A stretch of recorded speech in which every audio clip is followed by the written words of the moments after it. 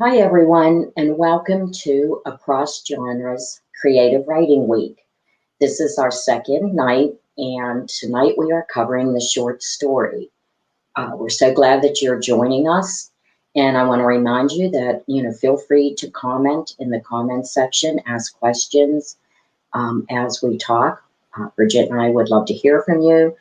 And if you tuned in last night, you can see that Bridget Shade, um, one of our favorite writers, is back here this evening. She covered creative nonfiction for us last night. And if you didn't catch that, I can't recommend enough that you go back and listen to it. I've been receiving a lot of really good feedback. Last evening, Bridget gave us some really good information, some good advice, and left us with some amazing prompts that I've really been getting good feedback on the prompts, Bridget. So I want Okay. to thank you for taking time out of your schedule and to come back and cover short story for us. One of your favorite topics and one of mine. So I just want to remind everyone before we get started, below the presentation, you can find ways to contact me through my website and Bridget through hers. Also, if you'd like to email me with any suggestions or thoughts on future programming, you can email me at onefoundfeather@gmail.com. And please like and subscribe. And so, Bridget, I know you did this last episode as well, but if you can just take a minute or so to introduce yourself to our audience, I'd appreciate it. Sure. Thank you again, Karen, for having me. This is very exciting to have something to look forward to on a Tuesday evening. It's wonderful to be here. Okay, so introducing myself, a bio. I have been teaching writing with an emphasis on social justice for about 20 years. I'm really excited to talk about the short story. It is my first literary love. Not that I don't love creative nonfiction, but the short story is my first. So um, my own writing, my own collection of short stories was a finalist for the Flannery O'Connor Award for short fiction. So that was pretty cool. Um, and I guess that's about it as far as I want to say for a bio. I don't want to waste too much time talking about that. I want to talk about the books, as they say in Ireland, the books. Thanks, Bridget. I just want to add that, I'm really a fan of your short stories. Uh, you're an amazing writer, and I just love, there's always something when I'm reading a story of yours, it really draws me in connecting to the human experience in very subtle but very profound ways. So I just want to recommend to anyone that hasn't read your work that they would be very pleased if they read it. So you were mentioning being a fan of fiction, your life. I know that you're an avid reader. And I'm wondering if you have favorite writers and how they've impacted your own work and what you can say Oh, yes. about I them. probably have more writers. I definitely have more writers than I could possibly have time to talk about today. I'm actually going to save my favorite for last. So you've got to hold on um, for that one. But um, I think some of my early favorites were the Southern writers. I love Edna O'Brien. I love Why I Live at the PO, that particular story. I love Paget Powell. He's hysterical, wonderful voice. And I like Flannery O'Connor too. Um, so the Southern writers probably were my first favorites. I love Chekhov, not at all Southern, but a wonderful and classic short story writer. Um, the more modern day writers that I love, I like writers who incorporate some of the absurd into their writing and some of the surreal. I love Kelly Link. Um, Magic for Beginners is a wonderful collection to start with. Um, what else? Oh, Ben Laurie, Stories for Nighttime and Some for the Day. Really brief, wonderful, almost fable in format. Buddy Norden, who you and I both worked with when we were earning our masters, has some incredibly funny, absurd fiction. Sugar Among the Freaks is a great collection of his to start with. He's a local writer, was a local writer. Pittsburgh has this incredible wealth of fiction writers, contemporary writers. This book, The Secret Lives of Church Ladies, Disha Philia, has won so many awards in the past year. It's a wonderfully slim volume of short stories. I can't possibly recommend this one enough. It's fantastic. Claire Beams, who has written a couple of other books since then, but her first collection, We Shall What We Have Learned, also a Pittsburgh writer, wonderful. BJ Hollers has a wonderful collection also about Bigfoot being recruited to play basketball for a local high school team, and a family of clowns. But really funny, but also really thought-provoking stories. Sarah Shinleen Bynum, the Ms. Hempel Chronicles is one of my all-time favorite collections. And then finally, again, there are so many that I could name. But for today's purposes, I'll keep it brief. My favorite all-time short story writer is Grace Paley. The Little Disturbances of Man is definitely the one to pick up if you've not yet read any Grace Paley. Just it will make you laugh, it will make you cry, and it will definitely make you a better writer. I love Grace Paley as well, and I have that particular collection. So when you think of those writers, you're talking about the sometimes incorporating the absurdity, which I also like. And of course, I almost always incorporate magical realism into my writing, or just realism, depending on your point of view. But do you find yourself being drawn to, trying to incorporate that into your writing? Do you go there? Is that an early thought when you're starting a piece? Yes and no. I think the wonderful thing about fiction, and I talked a little bit about this last night, the wonderful thing about fiction is that it gives us the opportunity to tell a truth that we can't tell in nonfiction, where we are sort of married to what happened and when it happened.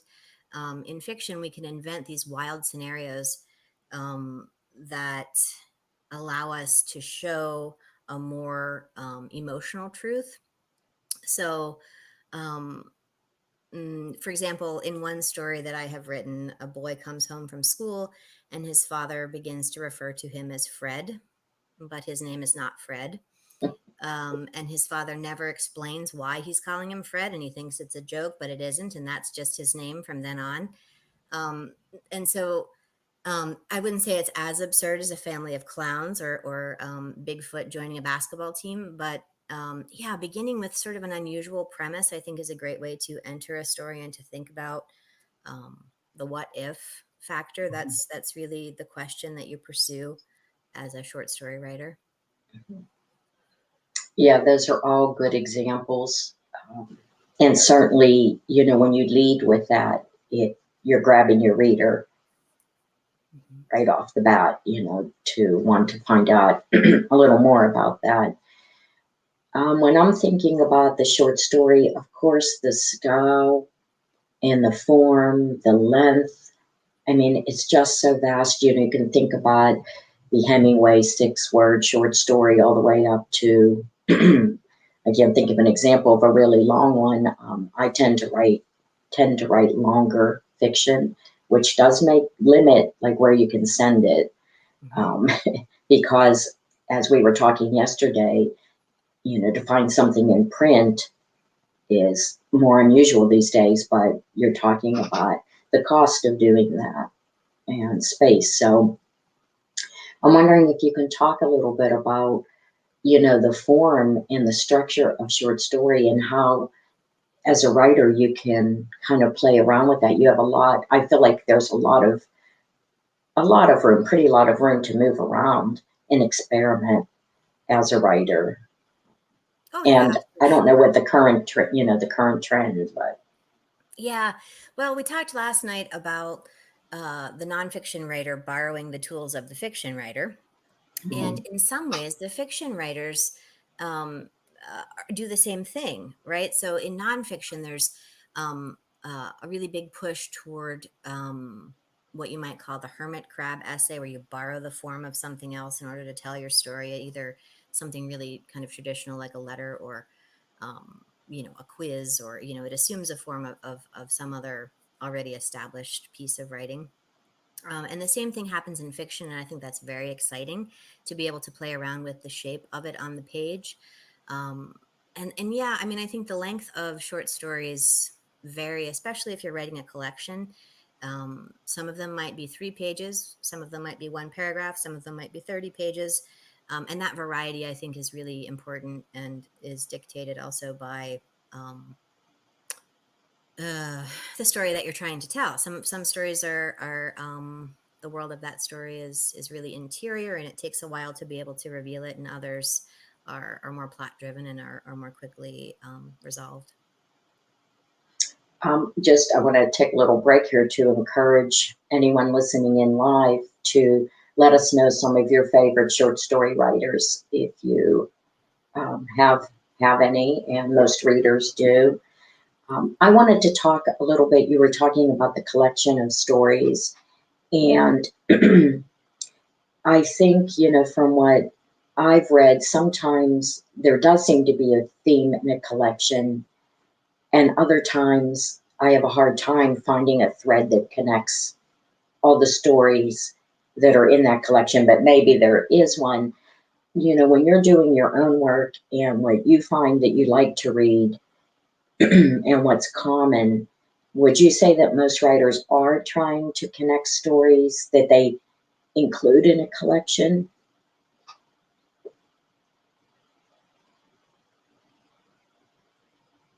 Bridget, you froze. So let's give Bridget a second here to see if she can come back in. We'll see if she maybe logs out and comes back in. We are having a thunderstorm here in Pittsburgh, and let's give Bridget a minute to try to re-enter. We were talking about collections of short stories, so if anybody has a collection. I'm back. I don't know, Carrie. Okay, was I that, have to. we do have that storm going on, so, Yeah, I'm sorry about that. The Wi-Fi in my house is not working, so I'm talking to you from my phone. okay. We were just talking about short story collections and how you choose what stories to go in to a collection. If there's a thread or a theme that pulls through all them, and how you think writers, yourself and other writers, make that decision. Hmm. Yeah, that's a great question. So I talked about The Secret Lives of Church Ladies. And that's a wonderful example of how you can use a title to connect the dots between all of the stories. If you have that title that acts sort of like the umbrella, not every story needs to have the same theme or even the same characters, but ultimately we know the women and the people we're going to see in this particular book are all going to have in common this, you know, sort of furtive inner life compared to their more pious outer life. So I think the title, being able to determine the title for a collection first, and how that title will be the connective tissue between all of the pieces, is really important. Hmm. That makes sense.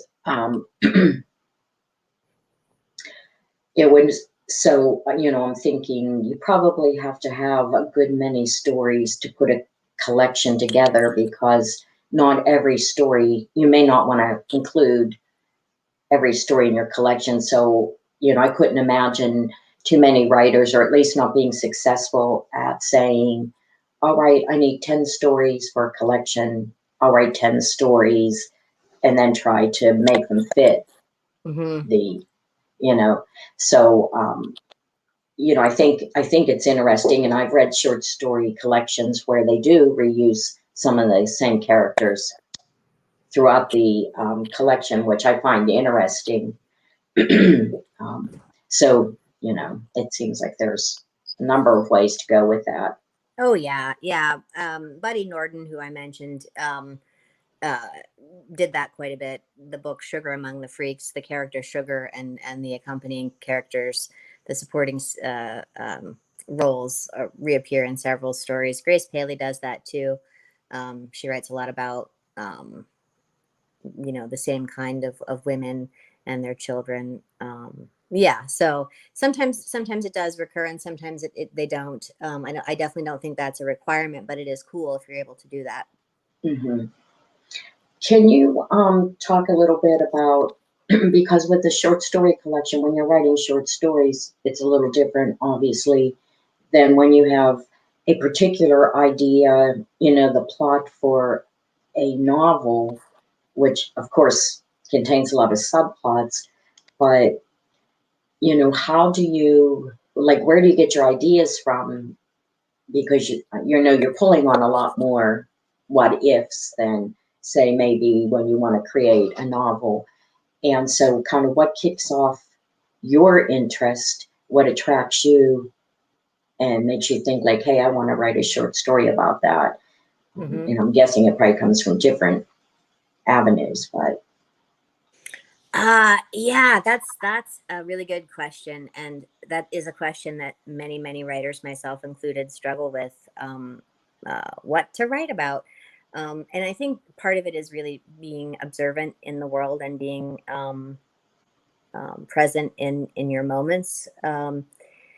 Another favorite story that I wrote years ago was called Cactus People, and the genesis of that story is really simple. I was sitting in traffic one day and I looked to my right, and in the yard were two metal cactuses or cacti sticking out of someone's lawn. And we live in Western Pennsylvania, so it's a really bizarre thing. Cactus plants are not native here. So I started to imagine what kind of people would decorate with these kinds of things. And from that, um, some really colorful people emerged, and so sometimes it is just environmental and paying attention, and many times it's also just scenes from my own life and experiences that I try to reimagine in different ways, and ask that what if question, or create that absurd element. I talked about the story where the boy comes home and suddenly he's Fred, and that really comes from the fact that many people, many men, I should say, in my mother's family did not go by their real names, and I didn't know that until I was an adult. All of my life, I'd been referring to them as, I could not understand what that was about. Why would you do that? So that's really where that story idea came from. I love the cactus story. By the way, it was a really good short story. I am thinking about, when you start, and I think for a lot of literary writers, this is the case. You just write, you don't like plot out the whole short story. Like, how much room do you give? Obviously, you're the writer, you have to ultimately keep control of the story, that's your responsibility. But in that creation process, where things are a little more chaotic, um, and coming from a more inspired place where you don't want to call in the censor, do you generally just write the story out and then go back and start looking at, where you want to tweak or revise? Or do you kind of have a general, format that you sort of stick Oh, to? yeah, that's another great question. I mean, I don't ever keep more than one draft of a story. I revise, and then it just stays in that same document. I know that many writers have multiple versions of the same story or the same Hmm. essay, but I typically don't work that way. I would say that it's sort of a combination of the two. I don't do major revision until I've finished a complete story. Um, but yeah, then it is the process of running the comb through the mop of really knotted hair, and to smooth out the places that you didn't see initially because you're really focused on getting the story into the world. Um, but I will say that when you finish the story and you are ready to revise, that in terms of submitting it and getting the attention of the person who has the power to decide whether your piece will be published, those first 3 pages are the most important. Paying really close attention to um, making them as engaging and eye catching and innovative as possible. I would say that's where you want to put the bulk of your effort. And I think that's where, you really want to know your craft, because you can see short stories, as an editor or a reader for a journal, which you were, um, a good editor or publisher is going to see right away if you don't have that skill to hold the story up. So trying to put in something just, tricky. And occasionally I see short stories published in journals where I think the writer did do that.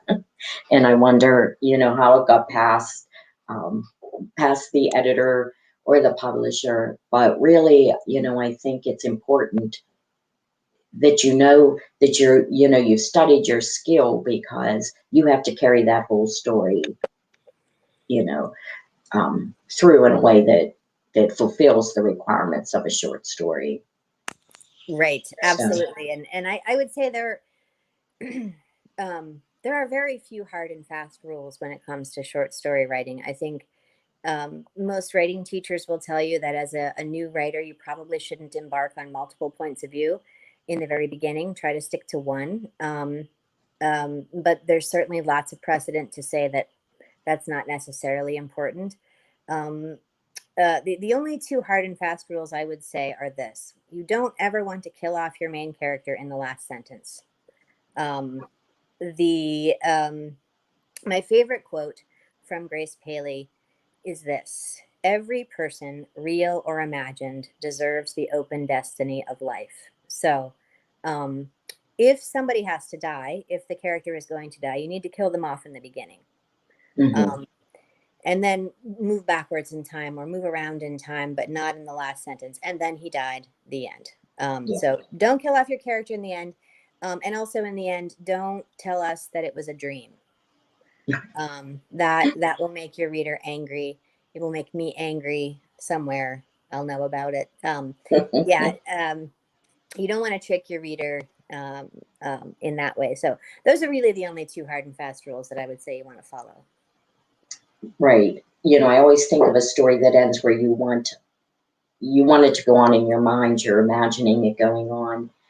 And yet I get really angry when I come to an end of a story and I feel like the author cheated me as a reader. So I think there's a balance there, that you don't want to overtell and wrap the story up, you know, in a little package. And yet at the same time, you want to satisfy your reader. And so again, I think that's where reading and skill, come into play. You were talking about revising and getting your story out there, which I think for anybody that's going to try a traditional route of publishing, um, you need to talk about rejection, and how do you balance that to keep writing, handle rejection, honor the acceptances when they come, but how to be prepared, for a story that you put your whole heart and soul into. Mm-hmm. Well, what a great question, Karen. Yeah, rejection is hard, but it's really just a part of the whole process. It really is.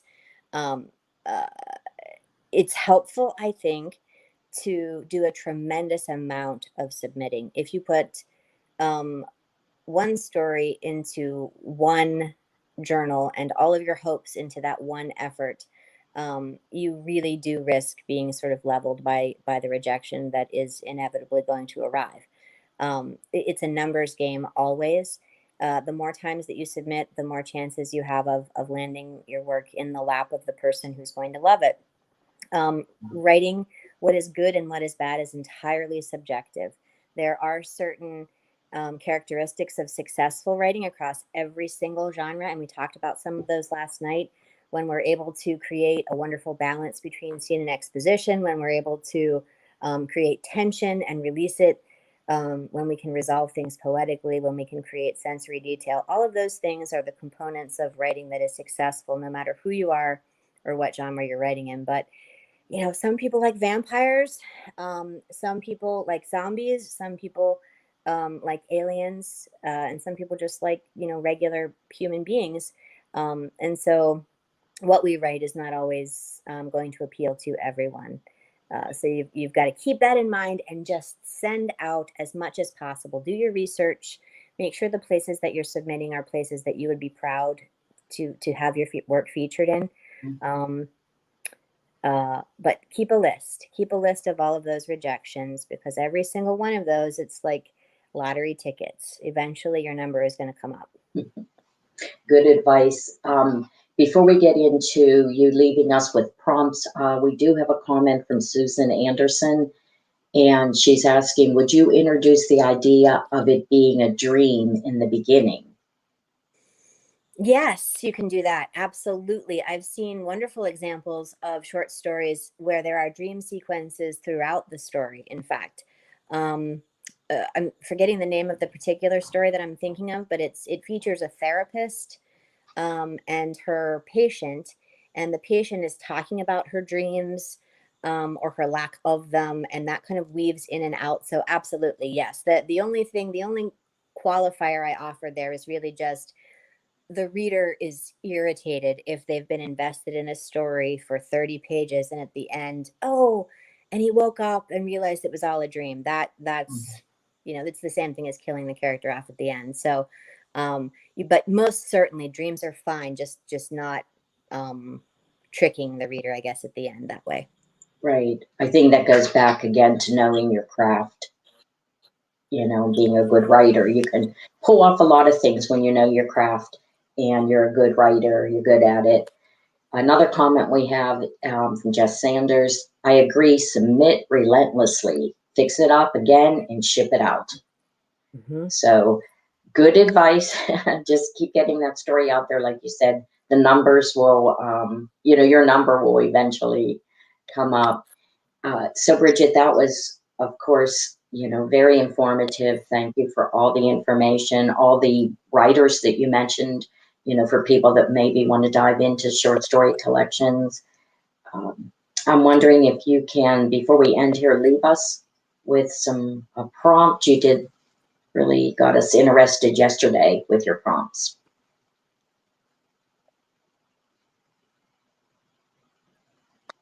Absolutely, yes. And again, I apologize for the power outage there. Nature is almost never on my side, honestly. I would also like to say, if you have any questions about any of the titles that I mentioned, I know I talked really quickly. Please feel free to visit my website. You can email me at bridget.shade@gmail.com. And I'd be happy to send you a list of all of those books and many more. Okay, so I know we've got 1 minute left. Two prompts once again that I have for you, and one extremely quick story. Lori Moore is a very famous short story writer. I know she was a little politically unpopular in the past year, but she is an innovator, and one of her most famous short stories is called People Like That Are the Only People Here. I visited her, not visited, but I saw her do a talk once, and it's a story about a child who has cancer. And someone in the audience said, is this about you? Was this about your child? And Lori Moore refused to answer. It was really uncomfortable for her. And the thing is that most of our fiction is drawn from our real life because we're human beings. It's how we experience the world through all of our senses, and naturally it's going to come out in our fiction. But being able to fictionalize real life is sometimes tricky. So The first prompt is this: take a scene from your real life and change the outcome. Okay?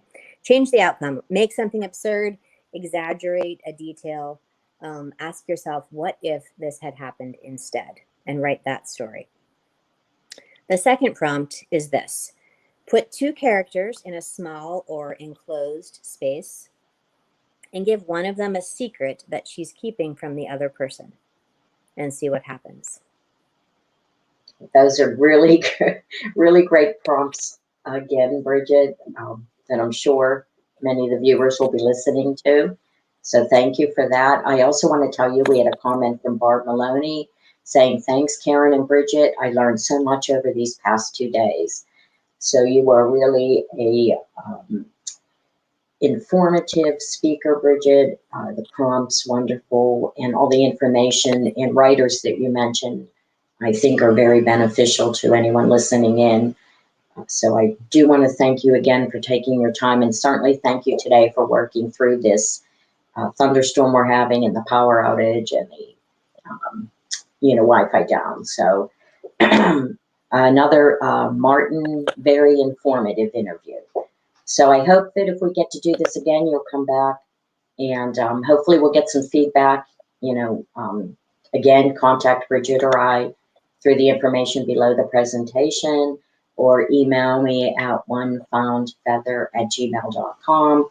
Like and subscribe, and we would be more than willing to come back if you have some ideas that you would like to further explore with creative writing.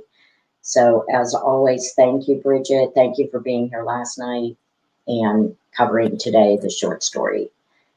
My pleasure. Thank you very much, Karen, and thank you, everybody. Okay, bye, everyone. See you tomorrow night.